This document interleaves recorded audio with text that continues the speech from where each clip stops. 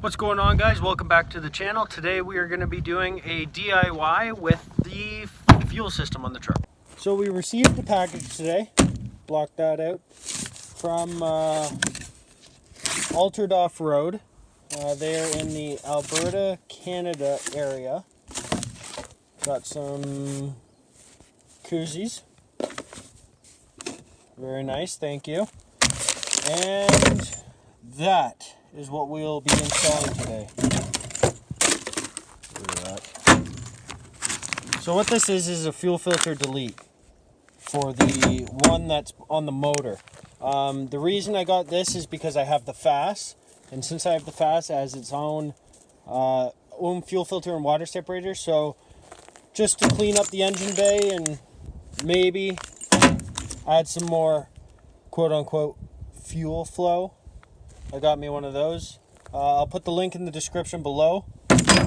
Send them a message and get one of these bad boys for your Cummins.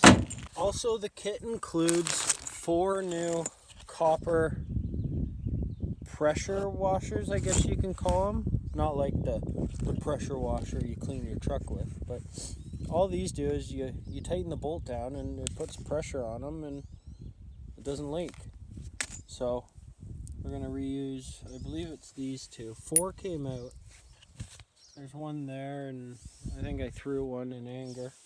But we're going to reuse those 2. We're going to use the new copper washers that came with the kit, and we're going to reinstall that. So I'm sure all of you know where the fuel filter is on your Cummins. It's right there. So what we're going to be doing today is taking off that bolt, the 2 mounting bolts, and there's a bolt on the other side that is holding, I believe, the return to the tank line. As well as we will be taking off, see if I can see it. We'll be taking off the water in fuel sensor and putting it on the spot that is manufactured into the fuel filter delete plate. So you can get a better view. There's the 2 mounting bolts. I don't know. It's over there. There's the one banjo bolt, and then the other one is right there. Nope. It is back there. The one with the little hook there. This one we're not reusing, because that one's the supply line that is no longer hooked up. So we're going to be taking off that bolt there and that bolt back there first, and then we'll tackle those 2. Please stand by. So after a lot of persuasion and a lot of screwing around, it's finally out. Dodge's infinite wisdom. They put a bracket here to hold that line in there and that line there, and I pretty much pulled apart the whole truck to get it out. But it's out. Now, right here is your water and fuel sensor. So it's plastic. So we're gonna try and nicely take it off. And then after that, we will put that onto the fuel filter delete and reinstall it. So we got the water and fuel sensor in. You don't want to over tighten it, since this is plastic and this is aluminum.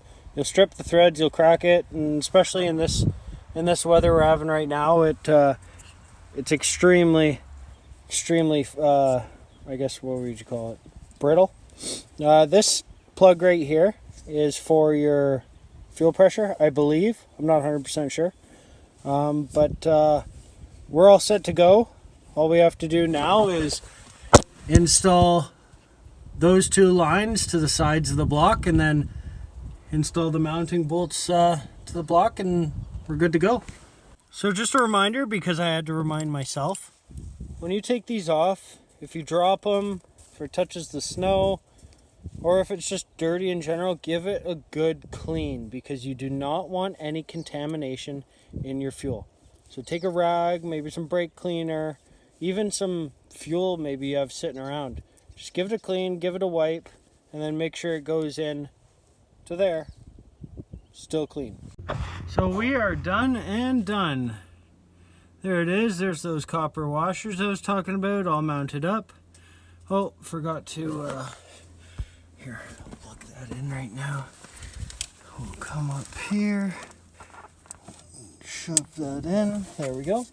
Okay, so the water and fuel sensor is unplugged. No idea what this is.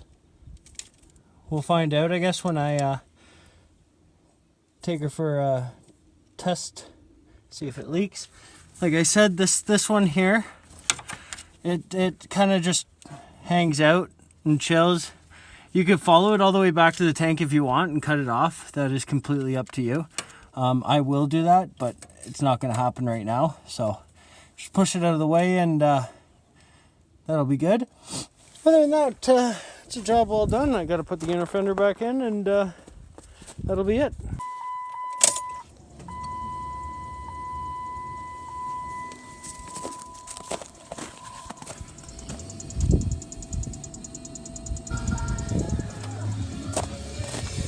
Hi, Tucker.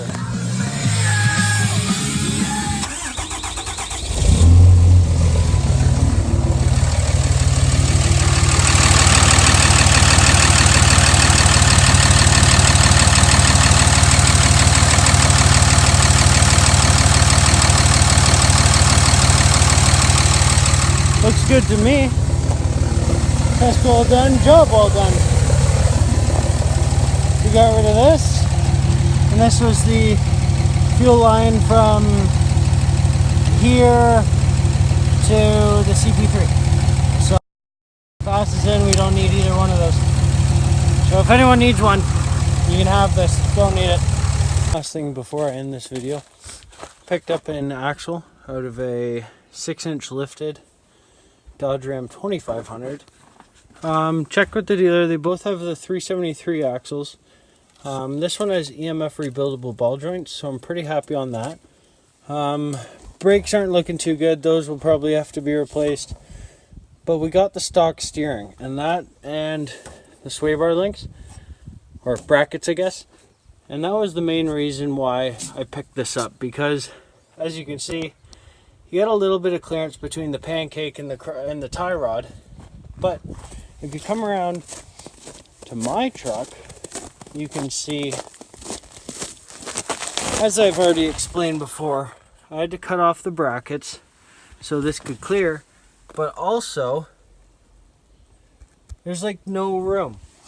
So when I turn, that gets cut off. So you can imagine with the 37s, the turning radius is already as bad as it is, let alone turn radius where your crossover steering hits the pancake every time you turn. I believe it's to the right. So that'll be the next video. Hopefully next week, so it shouldn't be too long. And then we'll get that going and obviously record it for you, everyone. Again, as always, guys, please subscribe, like, and comment. And a big shout out to Altered Off-Road for the fuel filter delete kit. Check back in for some more content coming soon. We got a lot of work to do to this thing, and thank you for watching. See ya.